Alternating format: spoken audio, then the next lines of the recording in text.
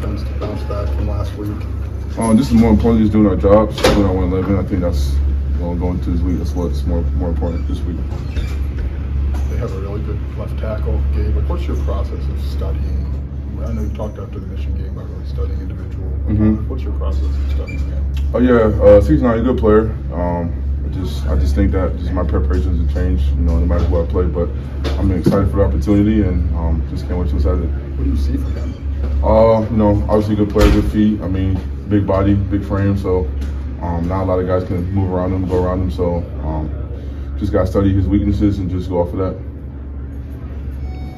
You said do your job more. What specifically needs to be better there?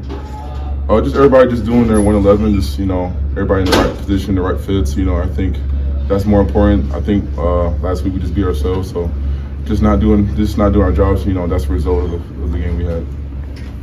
What stands out to you on film about the Minnesota offense? They love to run the ball. I mean, they pride themselves on just having complimentary football. Their O-line is pretty good, and they're gonna run the ball. And just gonna manage the clock, but just a really good O-line and good offense.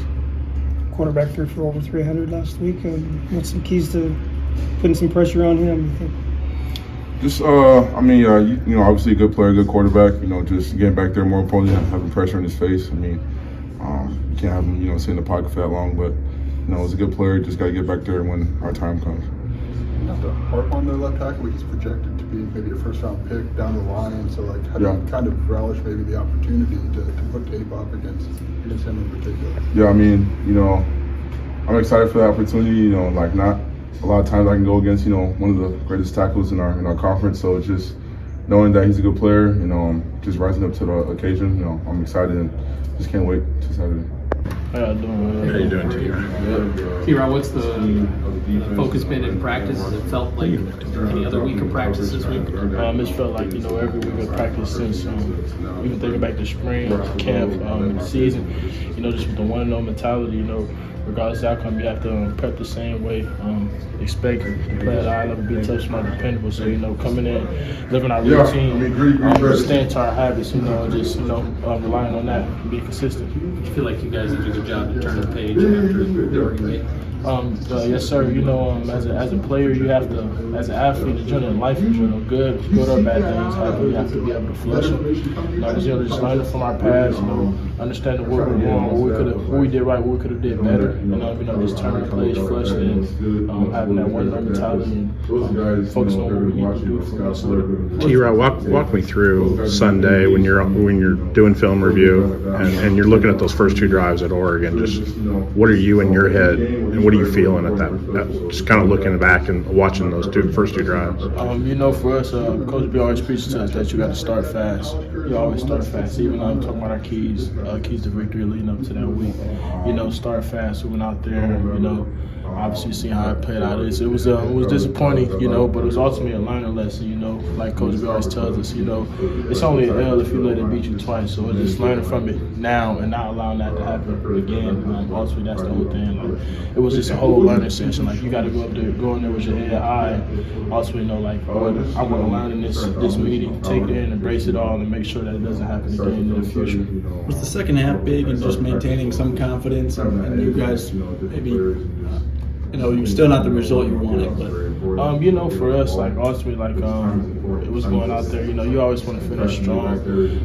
Ultimately, we went out and we did some stuff. We did stuff better, but at the end of the day, it was still, a loss. So it was tough.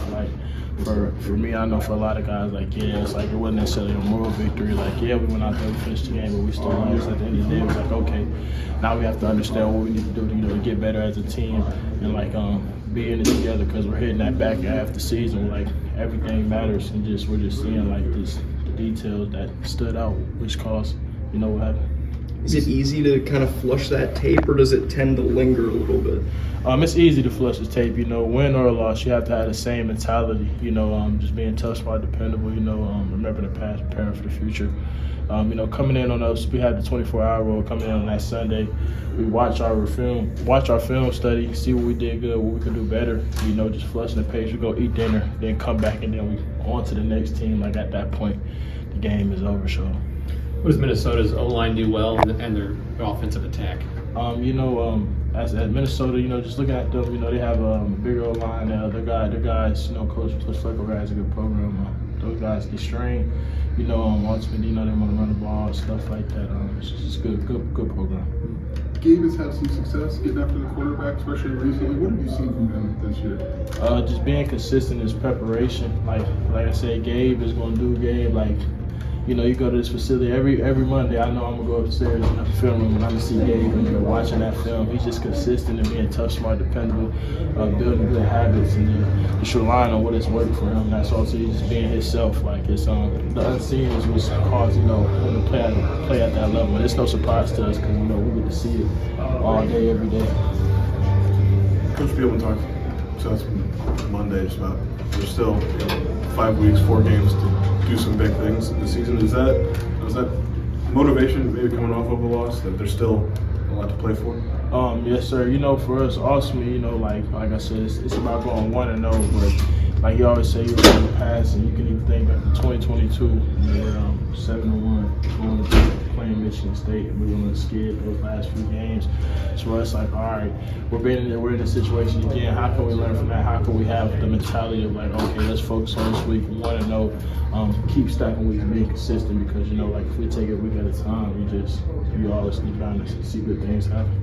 What's different about this program now that you've had maybe that 2022 experience? You've been 7-1, and now you guys have kind of been around a little bit. I mean, you know, that was a great team. I think the biggest thing is you had people that went through it. You had people that experienced it, like, you know, going from doing good things and then facing that adversity and punching in the face and having to respond. I think that's the biggest thing. Like, you just had guys that went through that, and that's something that I'm not necessarily denying, but that's what it is. I guess, you know, for us, it's like, okay, we went through it, and we know, like, all right, you have to have the same habits, build the routine, live the routine, you know, be you, just be our DNA, tough, smart, dependable, you know, and everything you do, just approaching everything with the mentality of we're trying to go 1-0 every day, so it can stack to when Saturday's come and ultimately get the outcome we want. What do you like